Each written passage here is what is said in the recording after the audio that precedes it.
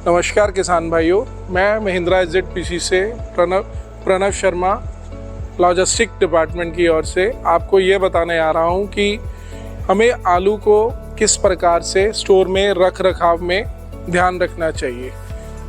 किसान भाई जो इतनी मेहनत से आलू की पैदावार कर रहे हैं और उस पर इतनी लागत लगाकर उसे स्टोरेज में रखते हैं, उसको कैसे ध्यान रखना है। किसान भाइयों को देखना चाहिए कि जब वो माल स्टोर में लेकर आ रहे हैं उस समय स्टोर का क्या कंडीशन है। किसान भाई स्टोर में आलू रखने के बाद कभी भी उसे देखने नहीं आते हैं। इसको हमें हर दूसरे महीने में देखने आना चाहिए। किसान भाइयों को ये देखना चाहिए कि मेरा आलू सही प्रकार से स्टोर में रखा गया है कि नहीं। ऐसा तो नहीं कि स्टोर में उसमें स्प्राउटिंग आ गई है, उसमें उसके बैग फट गए हैं या किसी तरह का कोई रॉटेज आ रहा है। इन सब चीज़ों को देखने के लिए हम कोल्ड स्टोर को दो भागों में बांटते हैं। एक भाग ये है कि जिसमें हम CIPC, जिसे हम शुगर फ्री कहते हैं, और कुछ मटेरियल हमारा सीड में जाता है।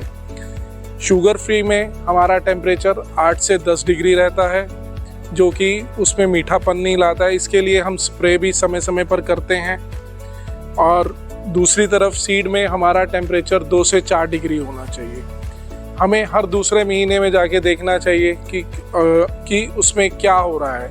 कहीं उसमें ऐसा तो नहीं कि उसमें स्प्राउटिंग आ गई है, कोल्ड स्टोर वाला उसको मशीनें कम चला रहा है, या फिर उसकी पलटी नहीं कर रहा है। हमें ये भी ध्यान रखना चाहिए कि हमारे माल की पलटी हो रही है कि नहीं हो रही, नीचे का माल ऊपर आ रहा है कि नहीं आ रहा है। इन सब चीज़ों का ध्यान रखते हुए हमें आगे की ओर देखना चाहिए। हम कई बार स्टोर में जाते हैं तो हमें ऐसा लगता है कि हमारा सांस चढ़ रहा है, तो इसका मतलब उसमें ऑक्सीजन की कमी है। आलू जिस प्रकार हम सांस लेते हैं उसी प्रकार आलू भी सांस लेता है, लेकिन आलू जब 2 डिग्री पे आ जाता है तब उसमें रेस्पिरेशन जो है, उसकी सांस लेने की क्षमता कम हो जाती है।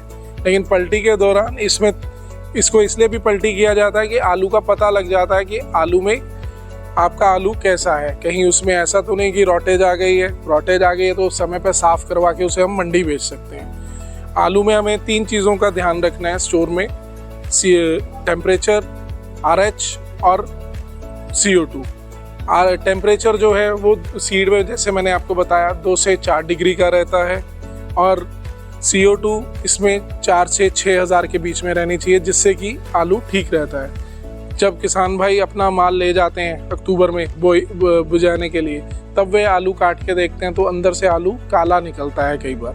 अब वो जो आलू काला निकल रहा है, इसका मतलब ये है कि वहाँ पर हवा का जो CO2 थी वो ज़्यादा थी, जिसकी वजह से उसमें वो अंदर से जलना शुरू हो गया। और इस वजह से फिर हम कई बार वो सीड को रिप्लेस करते हैं और नया सीड लेना पड़ता है आपको मार्केट से।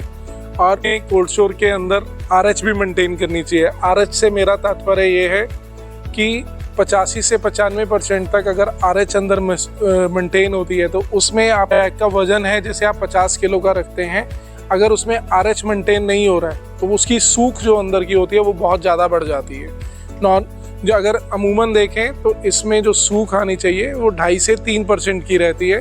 अगर हम 50 किलो का बैग रख रहे हैं तो उसमें 2 किलो तक माल घट सकता है, लेकिन इससे ज़्यादा अगर माल घट रहा है तो इसका मतलब ये RH मेंटेन नहीं हो रही है। और माल निकालते समय जब हम कोल्ड स्टोर में कभी भी जाएं, कभी भी हम माल अपना लेने जाएं, तो उसमें हम ये देखेंगे कि निकालते समय मेरी ट्रॉली में उसने फूस की बोरी रखी कि नहीं रखी।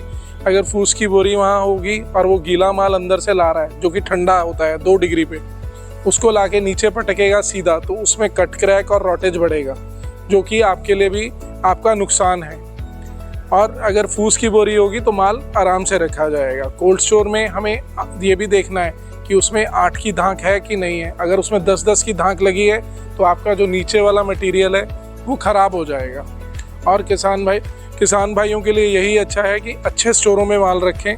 कोल्ड स्टोर में जाकर माल ज़रूर देखें कि कहीं वो ख़राब तो नहीं हो रहा, कोल्ड स्टोर उसे सही तरीके से रख रहा है कि नहीं रख रहा है, आपकी जो वैरायटी है वो सही समय पे सही जगह पे लगी है कि नहीं लगी है। ऐसा तो नहीं कि आपकी वैरायटी पहले ही फ्लोर पे या दूसरी फ्लोर पे रखनी थी और उसने लगा दी टॉप फ्लोर पे।